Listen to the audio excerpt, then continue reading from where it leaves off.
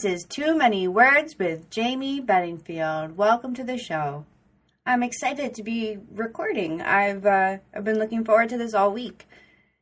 Everyone's reaction to the first episode, all the shares and subscribes and nice words, and all the support is really cool, guys. Readers and listeners alike, thank you. It's really appreciated. You've been making me smile a lot, so. So you can subscribe to the show on iTunes and Stitcher. So if you're so kind as to do that, thank you. I have Randall on the show today or tonight. I will be talking to her. I'll be recording with her on the show at night. But you'll be listening to this whenever it is that you listen to it. But yeah, so I'll have Randall on the show tonight, and she is a fantasy author of 2 books, Fractured Dream and Reaper's Daughter. And I have both of the books on my Kindle right now. And as soon as I finish reading the books I'm currently reading, I will pick those up. I've read the prologue of Fractured Dream, and I gotta say it's one of the best prologues that I've read recently. I'm afraid to write prologues, so when I read a good one, I'm always like, I give them a special nod. So, so KM she's getting a special nod. I was on her YouTube show, Quirky Book Sirens, a couple months back when I was kicking off the tour for the Highly Capable, and we talked about badass females. So you should go on YouTube and check that out, because that was fun.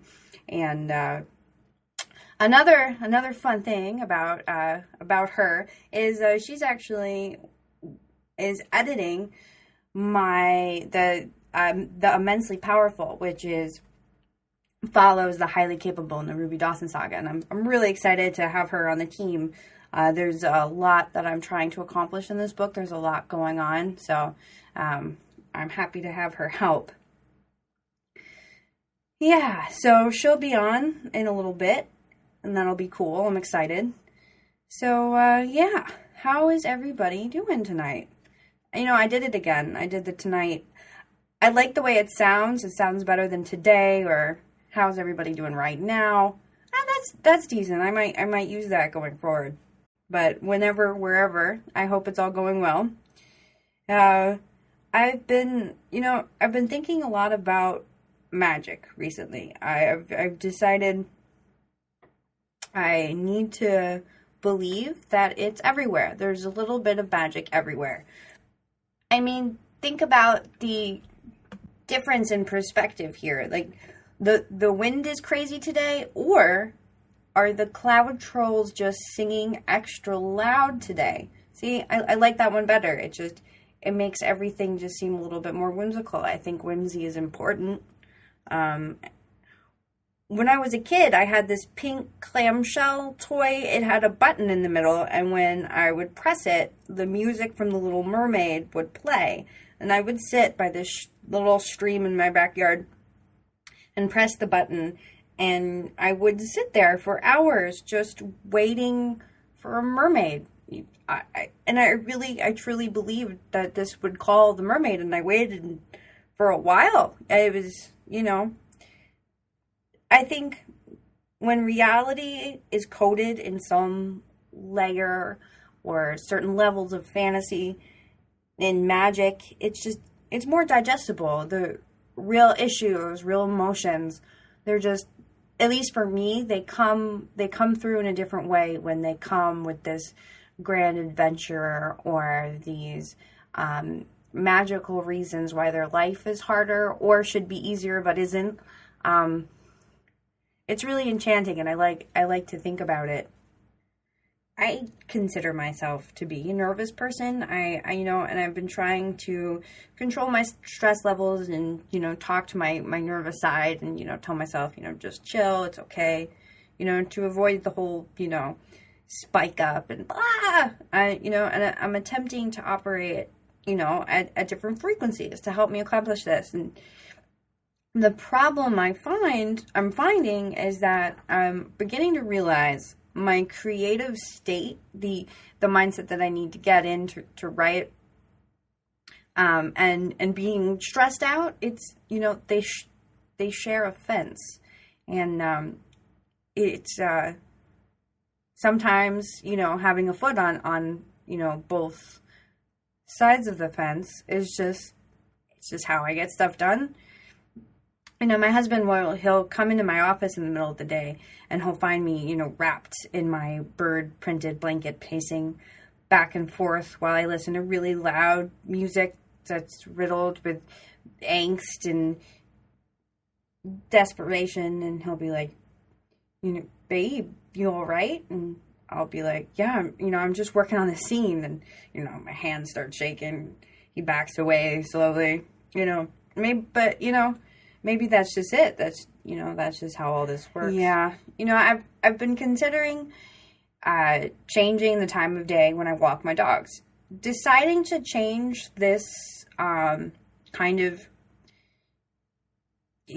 this part of my routine is kind of a giant, huge decision in my, small and nervous world. And I've been doing the dogs. I've been walking them, right after my kids get on the bus in the morning. And, my mornings they haven't been smooth.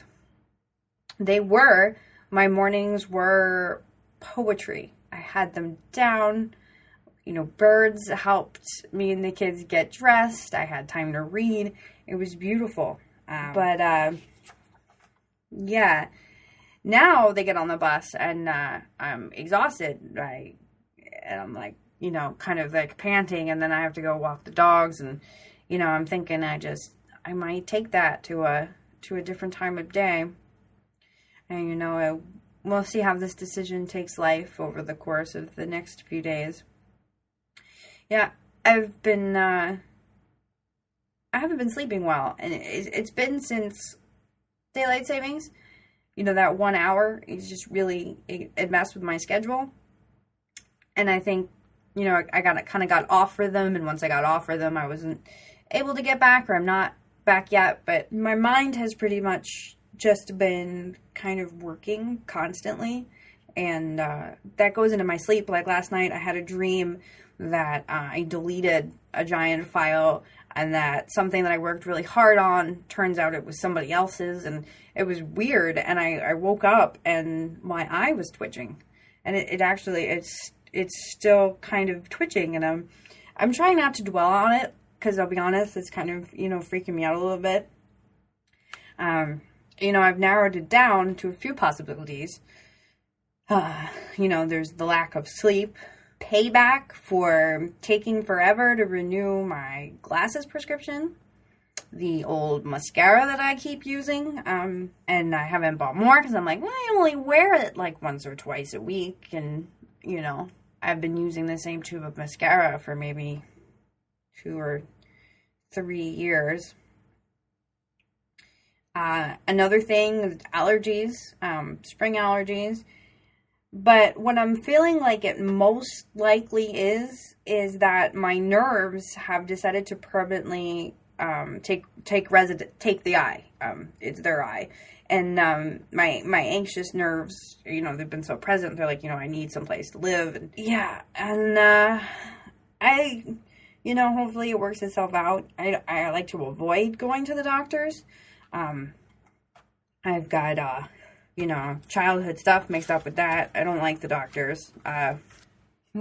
Growing up, my mom had multiple addictions she struggled with, and one of them was prescription painkillers. So she'd take me from doctor office to doctor office, trying to convince them that I suffered from, chronic pain. Good times. So I have issues with doctors. So moving on, we all have issues, right? The world is a crazy place, and it only gets crazier, I think, as the world only gets more one-clickable. The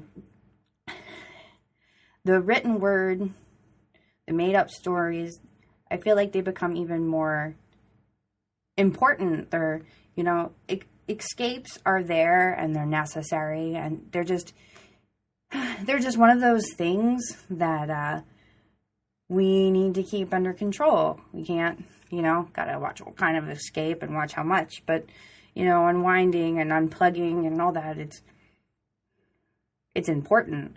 It really is. It keeps us going. It keeps us growing. It keeps us happy. It keeps us in tune. It's good to be in tune with yourself. It's not always easy, but it's certainly easy to get in tune. So the first paragraph in The Hobbit by J.R.R. Tolkien pretty much sums up why I love literature and different worlds and the worlds that exist, differently and forever in all of our heads separately. I'm going to read it and read it to you guys. Even though there's probably most of you have read it a lot of times.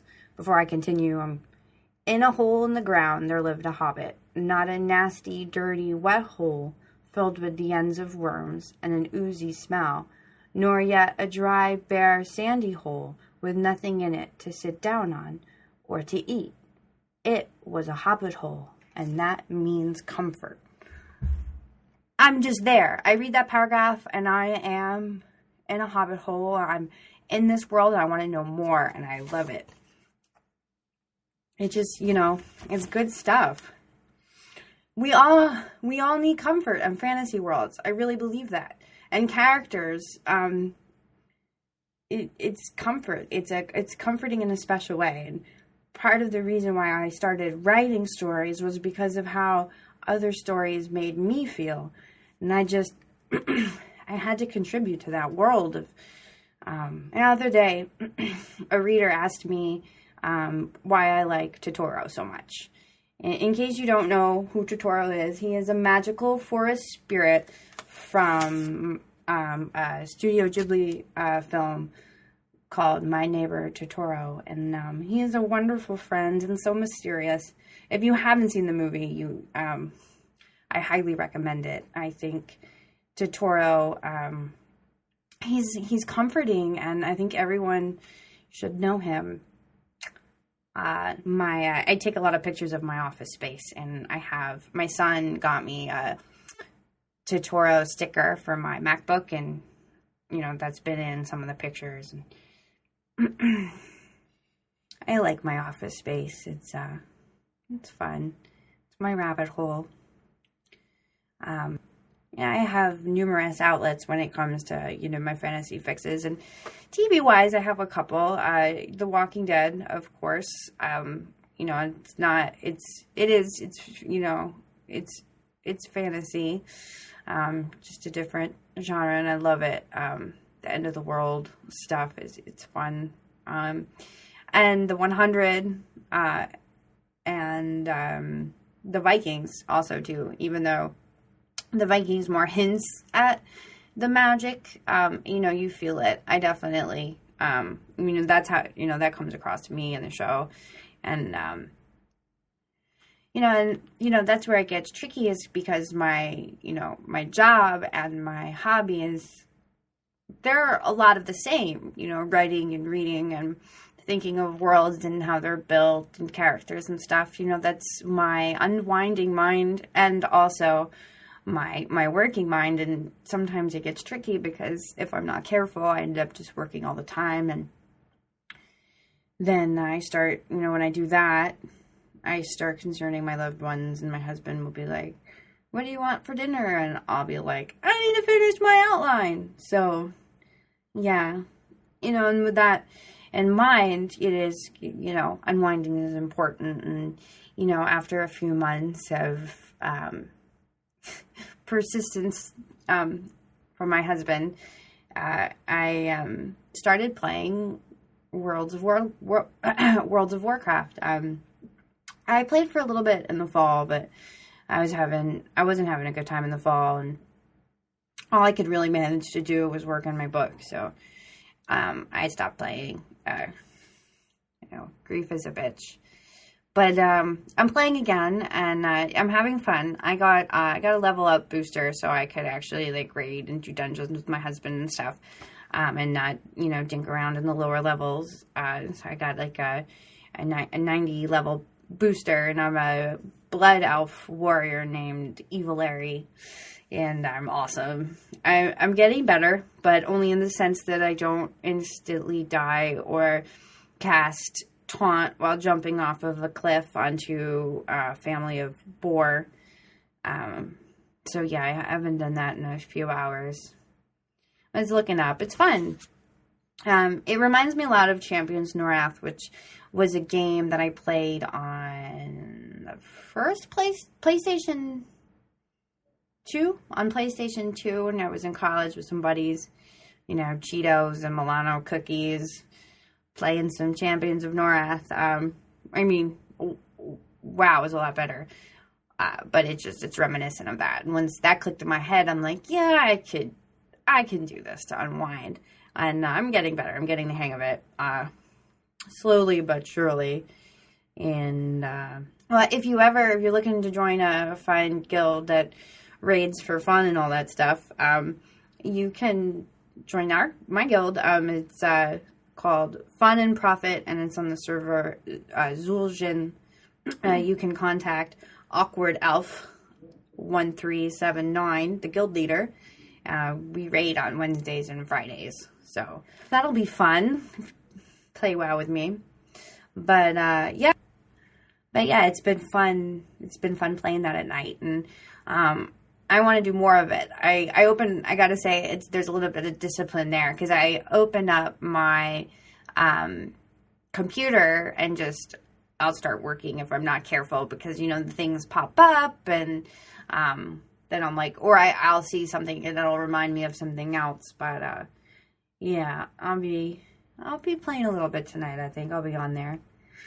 Work has been awesome and exciting and good. I'm still plugging away, and I'm excited about a few things I have in the works.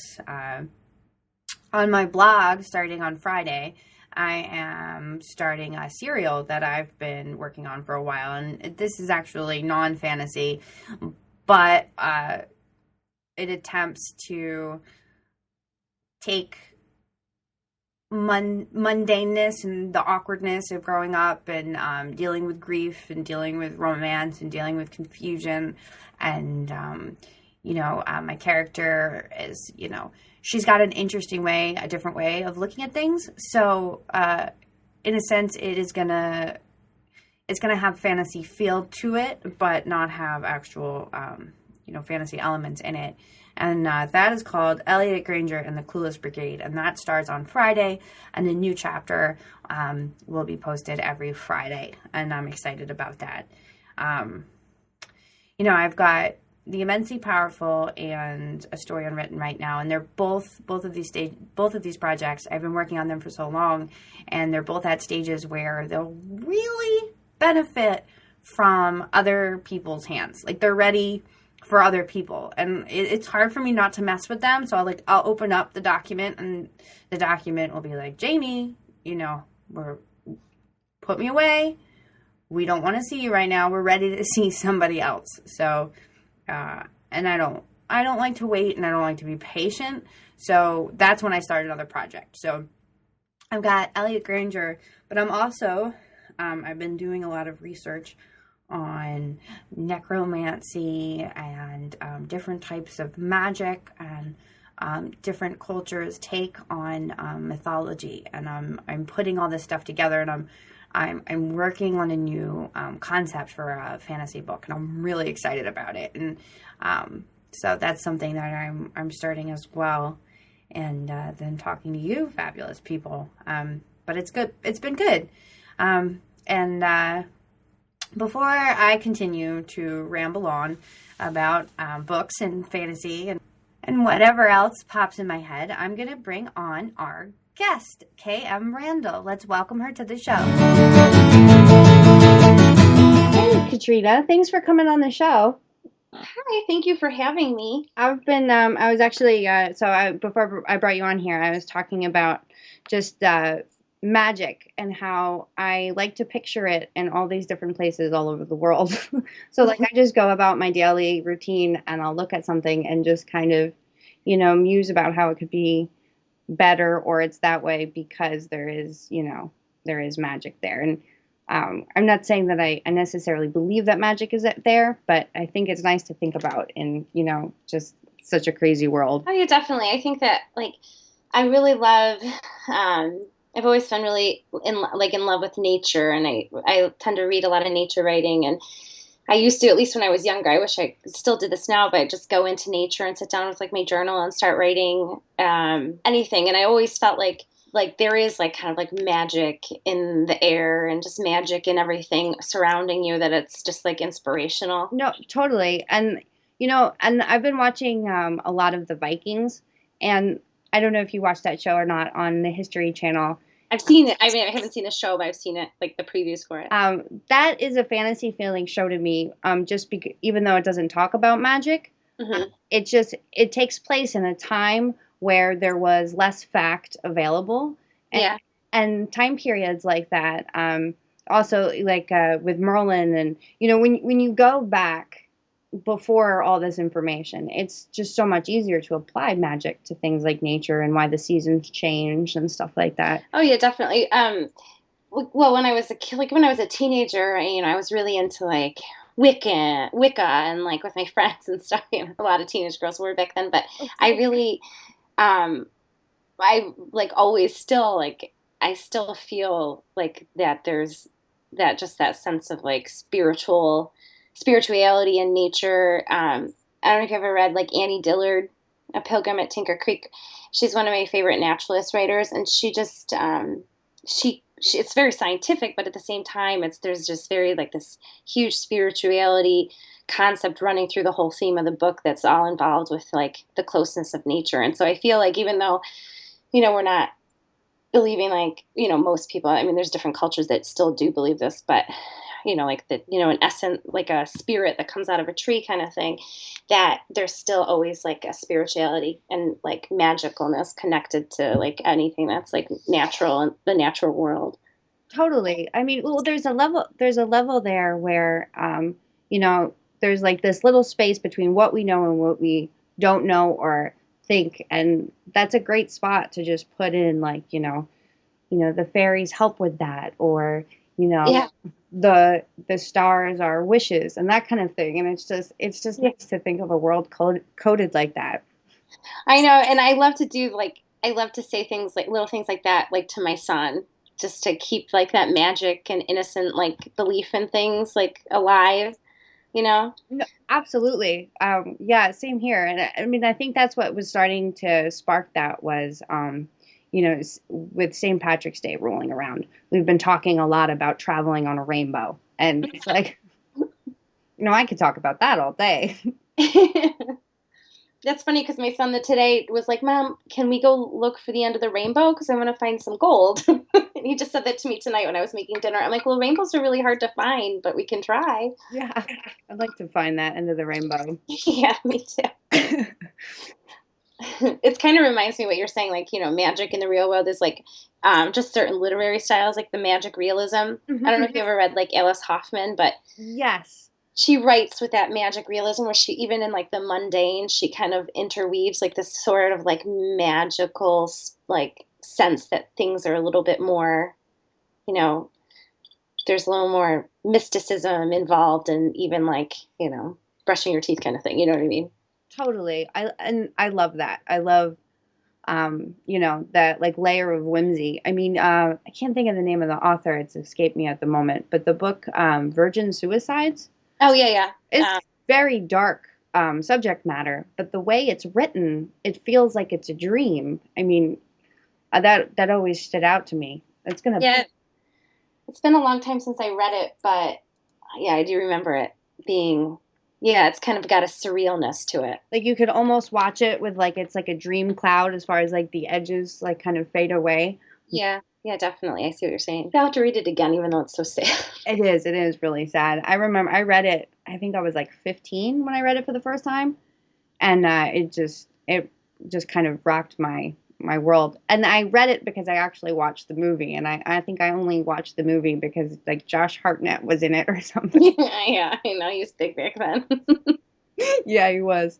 Yeah, I actually own the movie because I think I read the book first and then watched the movie, but yeah, I used to like love the movie, and now I'm like, God, it's so sad. Why would I want to watch that?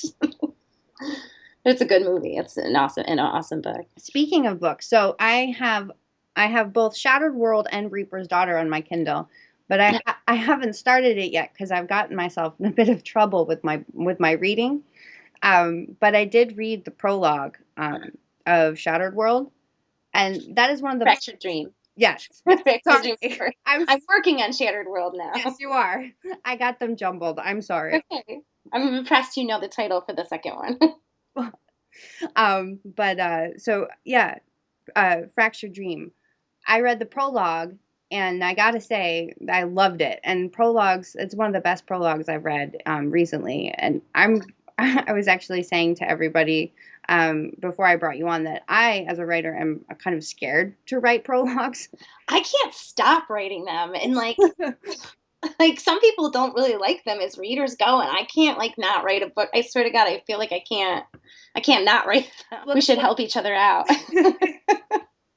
Well, I think that comes through that like it's something that you've got to do because it's really good. And like, sometimes, I wouldn't, I like prologue, I like good prologues, but like, sometimes they're not, they're a little awkward, and like mine are, always awkward if I ever try to write them. And I recently discovered about myself that when I write the book the first time, I just leave the first act out completely, and I actually Really? go back and add it.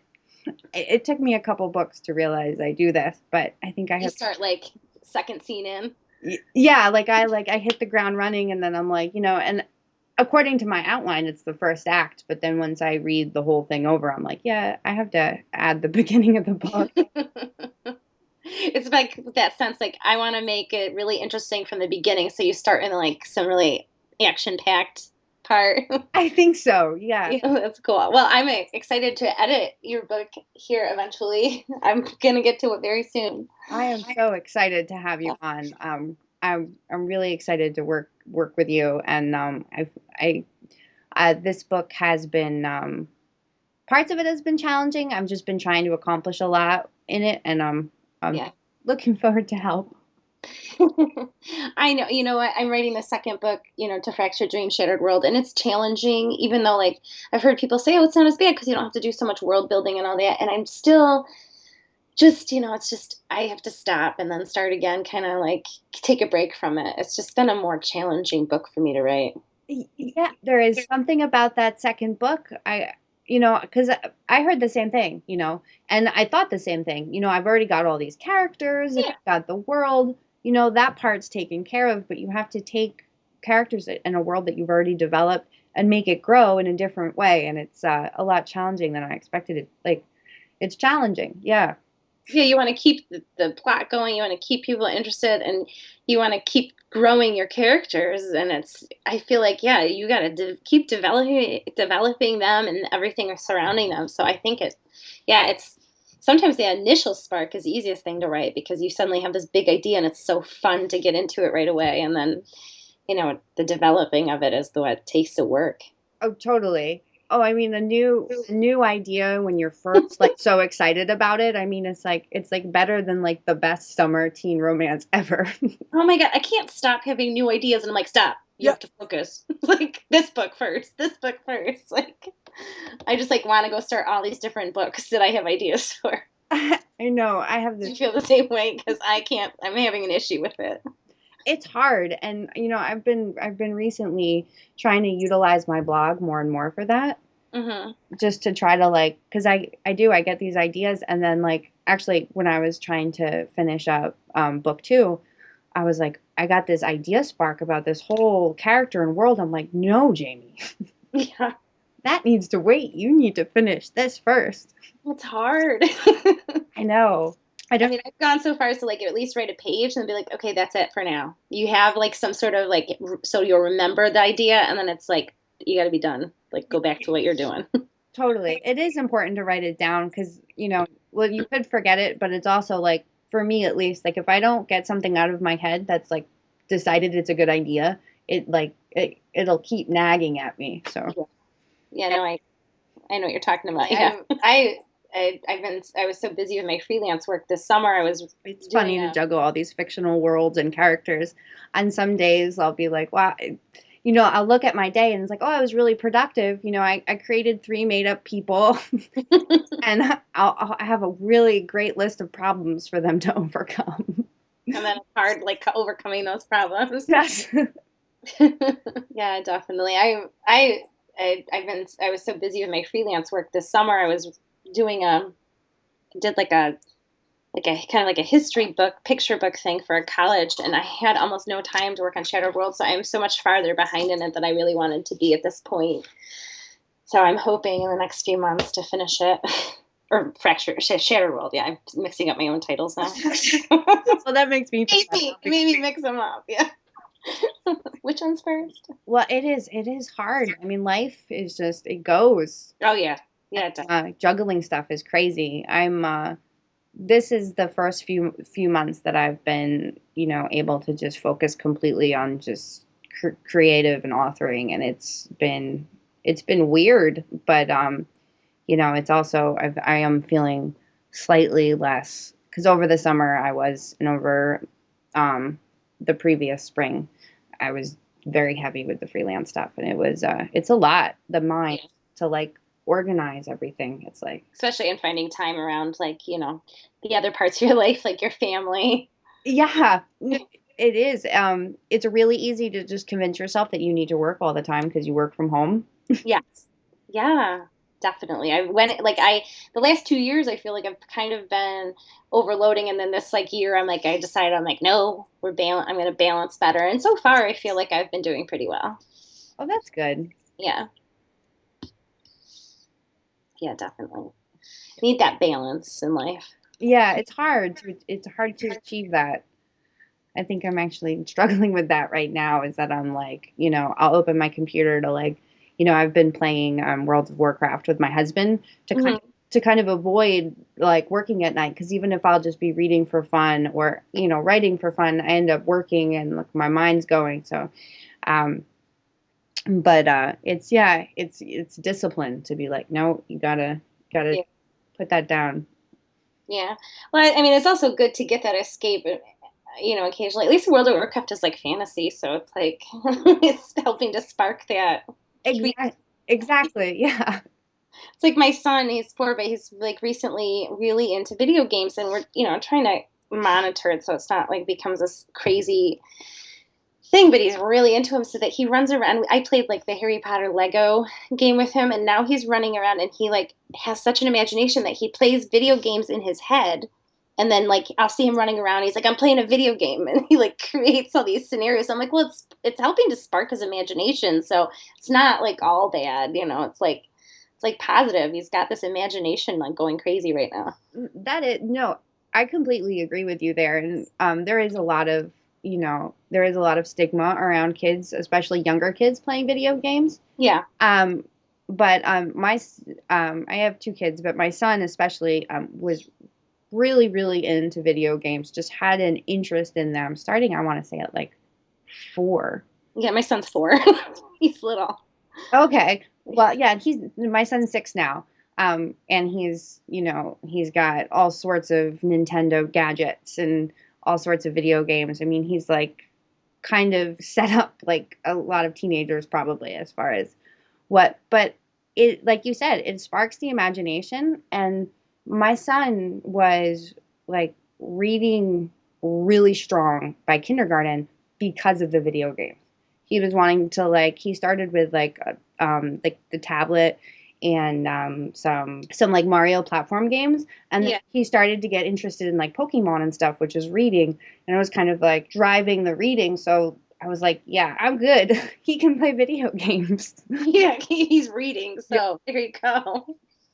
Yeah, that's awesome. That's really great. I know. Well, my son's going to kindergarten next year. I'm like, I want to get him there. I can't believe it, because they teach reading in kindergarten now. It's like back in the day, it was like first grade. So it's so crazy. Yeah. Yeah, my he's in kindergarten this year, and he just had to turn in his first book report. Oh my God, are you serious? Wow. I mean, it was like just like Book report in kindergarten. yeah, with setting and characters. I mean, really just like, they were just expected to write a couple words, Yeah. and it was like on one of the short stories in Frog and Toad. Uh-huh. But still, like, Yeah. I'm pretty sure all I needed to do was know what my ABCs were. Yeah, I think so too, because I remember just learning letters. Yeah. Which, I mean, my son's in he's in like a pre-K, and that's what they're learning this year, like all the letters. Mm-hmm. That's crazy. It is. He's in like a pre-K, and that's what they're learning this year, like all the letters. Mm-hmm. That's crazy. It is. I know my second grader has like 2 hours of homework a night. It's nuts. I know I was just talking to a friend of mine about this because she's got four, and Yikes. yeah, she was saying, like, she said that school district they're in, they say if like after an hour, if they haven't finished like their homework in half an hour or whatever, then they don't have to finish it. I'm like, well, that's really great, because I'm like, from what I'm reading about everything else, like I just read this article about some, like a Huffington Post article or something, and some woman was like, sent the homework back to the teacher and was like, no, thank you. Like, the only time we get to see our kids is at night, and we don't need extra homework on top of like regular homework when, we like to enjoy our time with our kids, not just be spending all our time doing homework. It's just a crazy educational world nowadays. It is very different. I've been, yeah, and I started the school because this was my first year where I had two kids at two different levels with two different sets of homework.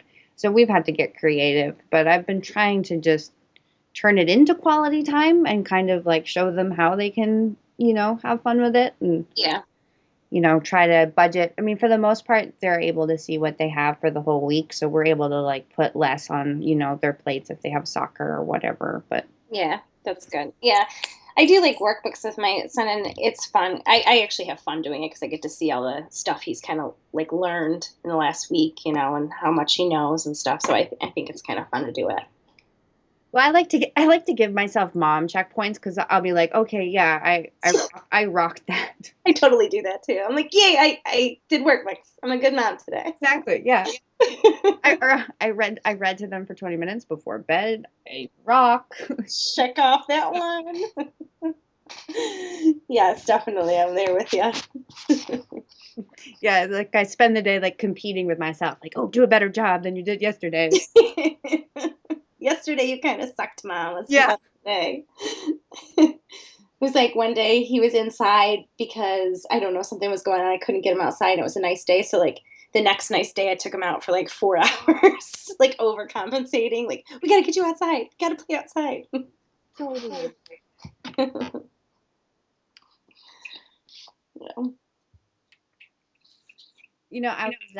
I was thinking about because I know that from when I was on your YouTube show, Quirky Book Sirens, you really like Buffy the Vampire Slayer. Yeah. And I was thinking about that, and I was thinking about Buffy because I don't know if you watched the 100 on CW by any chance. I haven't, but I mean, I've heard about it. I mean, is it good? I love it so much. Really? It's really cool.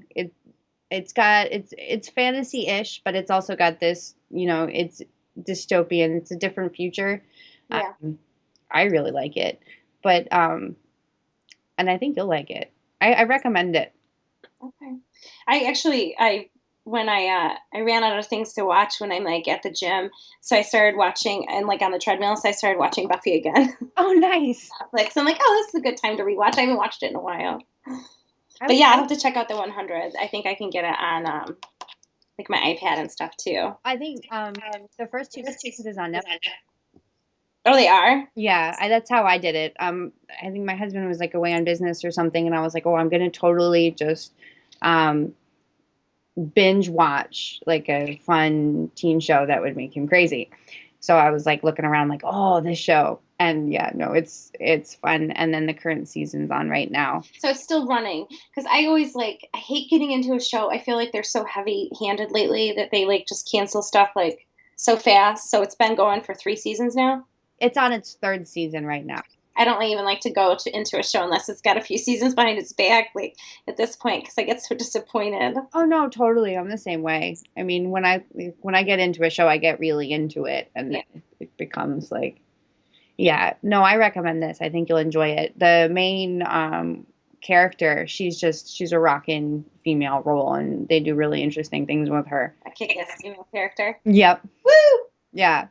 But I was watching a couple of Buffy episodes not too long ago. I was just picking and choosing though, because I have to say that when I just want like a quick Buffy fix and I don't want to go through the whole season, I do go for the Angel episodes. I love that storyline in those few seasons. The one with Angel and like Cordelia and all them. Yeah. Oh, really? Yeah. I still like Buffy better. I really do like that. There were things about it that made me really sad, like especially towards the last season, like just the characters that got killed off. Didn't make me happy. No, I agree with you there. There was definitely, it made me sad too, but I think that's like, it struck enough emotion where it's like, But Angel's a little darker than I think Buffy. I mean, Buffy it's obviously dark, but there was more of a lightness to it, where Angel took a little bit of a darker twist to it when it spun off. I always felt like it was a little darker. Oh, you mean the show itself? Yeah. Oh, yeah. No, I agree with you there. I really like the early episodes when Angel's in them, like in Buffy. Oh, okay. Totally talking about me. Well, yeah, no, and that's what I'm watching. I'm in like the second season, although season 2 was so sad. Oh, yes, it is. That's one of my favorite seasons, I think, though. Really, my favorite, I think, is season 4. That's one of my favorite seasons. That's a really good one, too. And then 6, because I love, like, the Willow arc. Yeah, Willow, they grow. She's, I think, one of the most well-developed character, like, yeah, supporting characters on a teen to television show. I really Oh, God, she changes. Like, she grows and changes so much, yeah. But in a way that you believe. I mean. Yeah, it's not like, what? Yeah, no. Yeah, definitely agree with you. Yeah, she's like one of the coolest characters. And I think we talked about it. I told you I read the comic books. Have you picked them up yet? No, I haven't. I got to catch up on them too. It's been a while. Well, with books, I just like, I wish I had like this like superpower where I could put my hands over the books and just consume like everything in the book and be like, okay, and now on to the next one. So I could just like, I wish I could do like 10 books a day. I know, that'd be awesome. And I got all like, my birthday was in February and I was all like, I'm going to have like an awesome birthday. So I got a tattoo, and one of my list items, well, my birthday list was basically a whole bunch of books. And I had made like a really big list. So like, my, family and friends could like pick and choose. Well, I ended up getting all of these books, and it's, I put myself in a little bit of a corner because they were like 10 different books were like starting 10 different series. Yeah. So it's like all these books have like 4 or 5 books out, and it's like some of it's like, some of the books are like really like preoccupying my head. It's like, okay, well, I want to know what happens, and the book's out. But yeah. What series are they? So I've been reading the Shatter Me series. Okay. I don't know if you've read Shatter Me at all. Mm-mm. It's I've only read the first one because, like I said, but I loved it. It's by Tahara Mafi. Okay. It's a really interesting take on superpowers, actually. And I've also been reading the Raven Cycle. That one sounds familiar. It's Maggie Steffvader. I don't know if I'm pronouncing that last name. Yes, I have those. I think I have those. I've read the first 2 of those. I love the first one.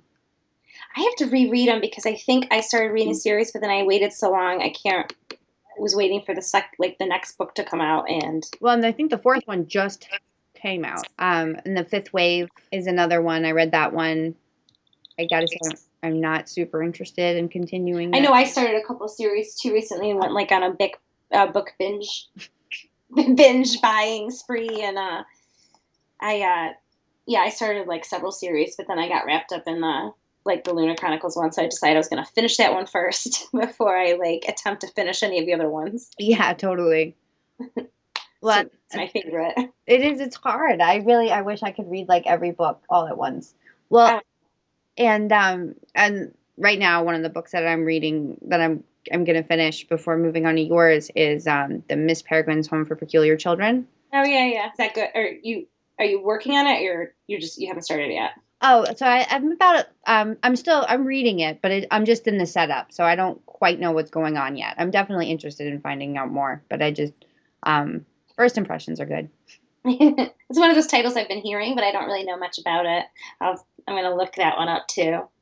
I gotta say, I definitely I had seen it a couple of times in the store, and it looked kind of like it's packaged like more of a kind of made me feel it was like a little creepy looking. Yeah. Um, but it's the writing style is pretty awesome.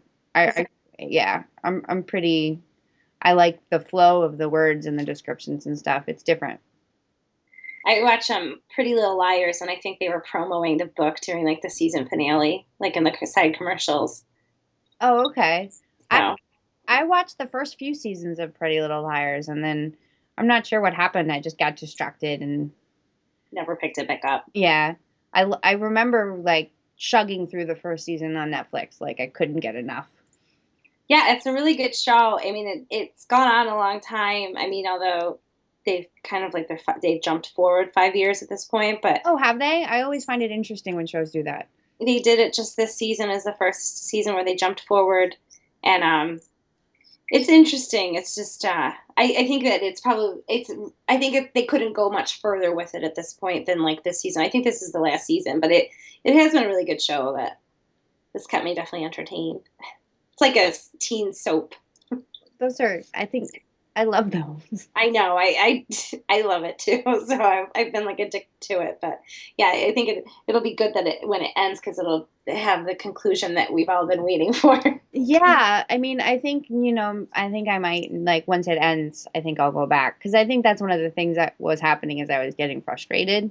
Yeah. Yeah, and you would be frustrated now too, because it's just like mystery after mystery after mystery after mystery. It's like, oh my God, why can't I know everything? I'm really bad, but I'm one of those people that sometimes like will read the last page in a book just to make sure it ends the way I want it to. No, totally. It's, yeah, well, you care about these characters and then you get caught up. I mean, it's good though. I mean, that's kind of the whole point. Yeah. Yeah. Well, and to go back to Buffy, like when that show was like in prime time and really popular, I remember there was all this like, talk on like the morning talk shows and like in, among like the parent circles and stuff, how like, Buffy Summers Bra Drop was showing and it was like this big deal. Same with Charm. Really? And it's just like YA has changed like so much. Oh my God, I know. We did. My sister and I did like a whole episode on that on the Quirky Brooks. We did a whole episode on how like there's like compared to like when we were reading it when we were teenagers and like the authors we loved compared to now and how there's like sex in young adult and like there can be like blowjobs in young adult and like back in the day it was like they didn't like they barely made out in books and stuff like that. It was just so much more. Yeah, it was so much more G-rated back in the day. It was. I mean, I was reading. I mean, there was like, the racier books, sure, but it wasn't as common as it is now. I mean, if you compare to like, I'm going to switch to TV here because it's the one that came up. But like, if you compare like Dawson's Creek to some of the equivalents that are on now, I mean, the content there and the what they cover is just it's worlds different. Oh, definitely. I mean, I think sex between teenagers on TV is just so much more commonplace than it was in like, yeah, Beverly Hills 90210. Like you said, it was, I mean, it was going on, but it was like kind of more of like a lesson learned, like maybe you should wait kind of thing. And now it's like, they're getting it. I think the kids are getting it on the TV. Like it is. It's very different in like TV and literature. It is, yeah. I mean, and if it did, if it's done much more flippantly now, I would say. I mean, like when characters would have sex in books or TV, when I was, I'm assuming we're around the same age, like 10 plus years ago, like when Dawson's Creek and Buffy and stuff were on. Yeah.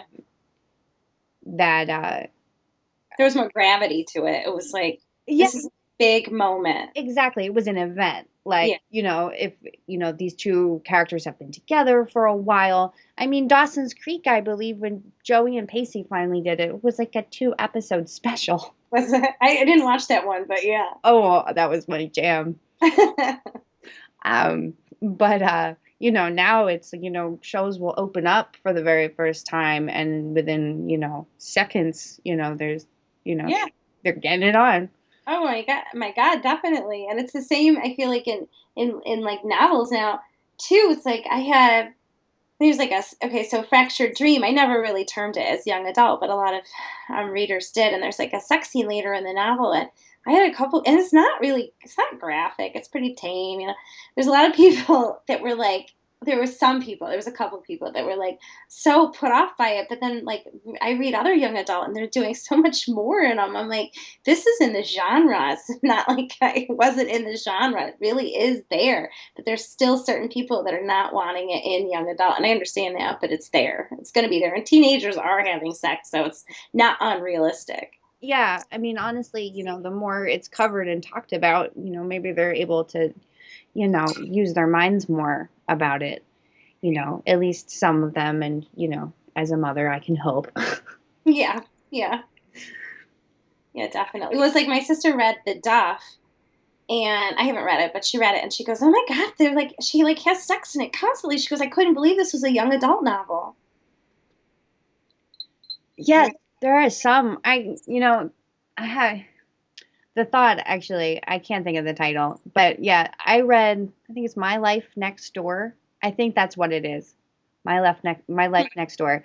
And I was surprised by that because, and I've read young adult books like this, covering, a boy and girl living next door. Yeah. I've read so many of them. And this one, I was like, where was this when I was 15? Yes, I read all sorts of things. I didn't necessarily just read young adult when I was a teenager, but I did enjoy, like, I used to read Christopher Pike and like L.J. Smith and, R.L. Stein and all those books too. And they're just, that wasn't stuff. I mean, they barely, like, they would barely even kiss in them, they were they were so mild. It was. Well, and Sarah Dessen, she's been writing YA through that change, and it's interesting to see her books change there. Oh, really? You noticed like the kind of evolution of it? Yeah, because like her earlier ones, they were very tame and much, her books now just cover more, issues like kids being left by their parents and, dealing with a family member that's committed a crime. And her earlier books, the issues they deal with she deals with is much more mild. It's interesting. The world's really, it's moving so much quicker than it used to. Yeah. Yeah, I mean, I think to some degree that in that sense that like it's young adult is probably it's more real because it is including like more real issues and stuff that really does go on and not trying to like, sugar sweet it down for, teens hoping that they don't know about this stuff. Absolutely. I think it's great. I mean, I remember like I would say, Go Ask Alice. That book was so raw and so real. And I remember just reading that and being like, wow, like that's some real life right there. That was the book in like middle school that we used to sit in the halls and secretly read and like gasp over like sections because we could never imagine a book like that, like getting our hands on another book like that because it like you said, it was raw. Yeah, I think I was 7th or 8th grade when I first discovered that, and I was like, wow. Yeah, I specifically remember sitting in the halls being like, oh my God, look at that. Look what she says in there. Like, oh my God. Yeah, there are some jaw-dropping lines there for sure. Yeah, especially when you're reading, like, you're not reading stuff like that. It's not in your, it's not really in the genres you're reading, and then to have something like that, definitely. I'm sure it's on somebody's banned book list. Oh, I'm sure. Did you ever read the Perks of Being a Wallflower? Yes. Yeah, and I've heard that's been banned in different areas. I'm like, what? Come on. Like, such a great book. Well, and Oh my goodness. I mean, considering the subject matter that covers, that shouldn't be banned.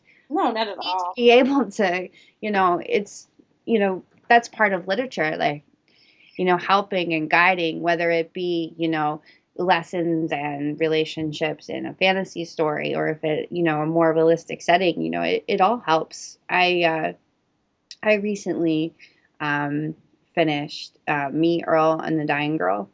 Okay. Um, and that was, I've actually been talking about it a lot, and that was really well written. Really? Is that a like a young adult title Um, or more like just lit? it is, I think it is technically young adult. It follows two teenagers, but Mm-hmm. it's written in a very rich way.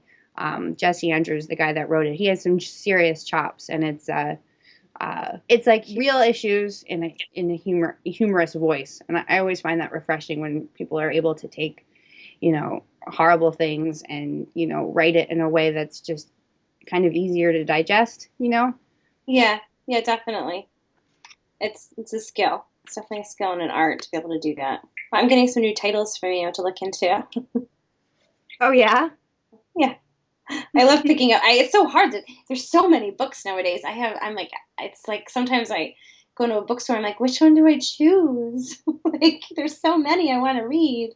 It is. It's hard. So that's my suggestions. Yeah, they're good nowadays. I have like I think from the last like promo we did, pre-funk we did through Booktrope. I have like tons of titles from like all like tons of authors at Booktrope. I'm like, oh my god, I have a whole library I have to read now. Same here.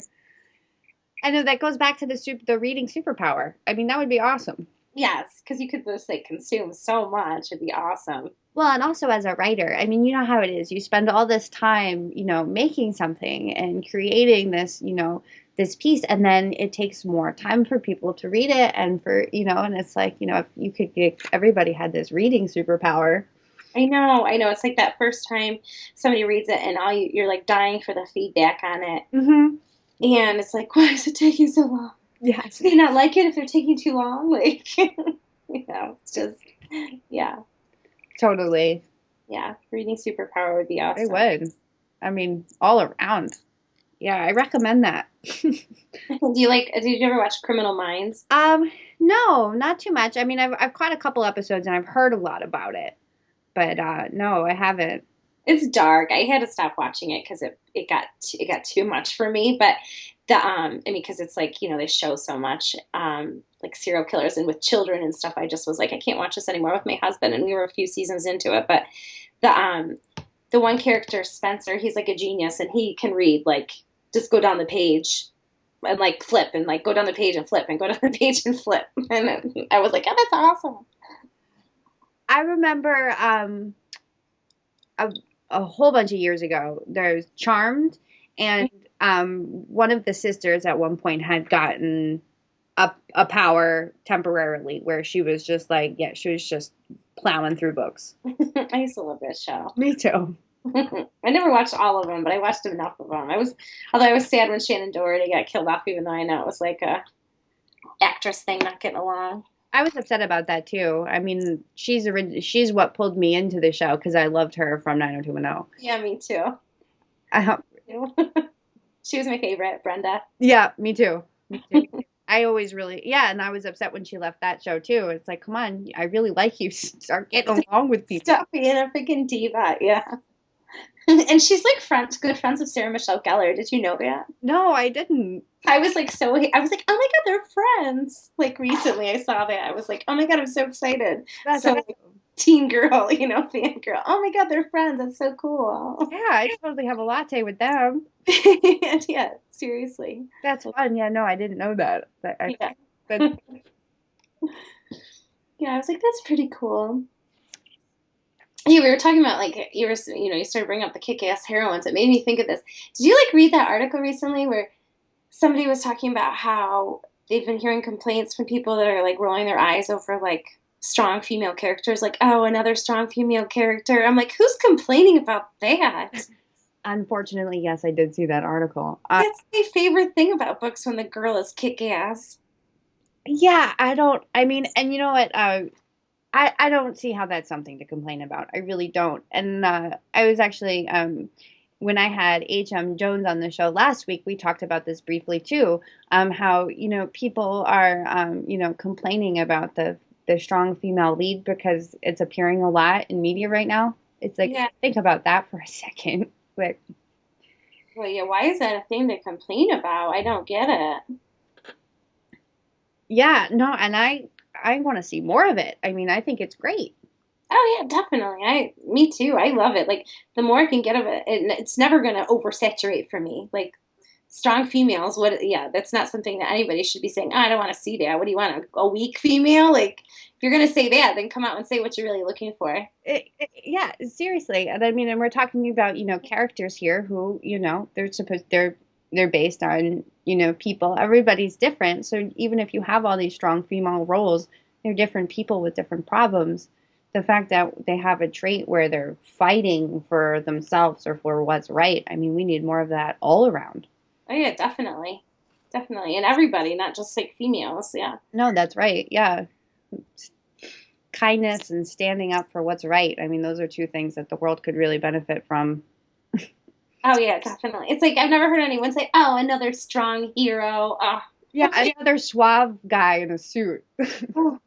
That hero is way too good looking. Like seriously. So silly, such a double standard. Yeah, right? Yes. Always. Another guy with a fancy car, rolls up. I know, right? Seriously. But I mean, the more and more it becomes, all this stuff comes, is in media more, the better. I mean, that is one thing that I really like about the 100, and that goes back to you have to watch the show. Yeah, okay, I'm gonna take a look at it. I'll see because I can look. I am always looking for something to watch when I'm on the treadmill because it's like I can get through it better if I can zone out on something. So I'll definitely check it out. Yeah, it's got enough like fun in it where you feel like you're almost experiencing a guilty pleasure. Yeah. It touches on real issues and handles cool things. And yeah, you got to let me know what you think about that. I definitely will. Well, I think that wraps it up for tonight. And can you tell everybody where to find out about your books and find out more about you? Sure. I have my website, which is kmrandallauthor.com. It's Randall with 2 L's. I am also on Twitter at km_Randall. And then you can find me on Facebook by searching KM Randall. My sister and I have a book review site called Cellar Lit Rants and Reviews. Oh, I like that. Yeah, she does more of it lately. Well, she kind of took it over from me because I didn't have much time for it, but I've actually put a bunch of reviews up lately. But she kind of carried it over the last few years. And then that's kind of, we post the Quirky Book Sirens. So we have a YouTube show of the Quirky Book Sirens, which we have to do a new episode on because it's been like a month. And we post that to the review site. And then that is, I'm on Pinterest, but that's it. That's where you can find me. So, and I also have an editing site if anybody wants to look at it. It's Turn the Page Editing. Awesome. Thank you for having me. It was fun talking about all this stuff. Yeah, it was great having you on, and I look forward to chatting with you about Ruby and stuff. Definitely. Thanks, KM. All right, see you later. Well, that was fun having KM Randall on the show. Be sure to visit her site and give her some love. I think that's gonna wrap things up for tonight. I'll talk to you guys next week. I'm gonna have best-selling thriller author Robert Sharkey Prunita on the show, and we will be talking about all things terrifying. Well, thanks, guys. You can subscribe to the show on iTunes and Stitcher. Follow the show on Twitter at Too Many Words Pod. That's TOO Many Words POD. You follow me on Twitter. That's me Bedingfield. And yeah, find out more about me, my books, upcoming events that I have going on, things I have in the works on my site. That's JaymeTheScribbler.com, and that's Jayme, Jayme. Well, thanks, guys, and have a good whatever time it is. Talk to you guys next time.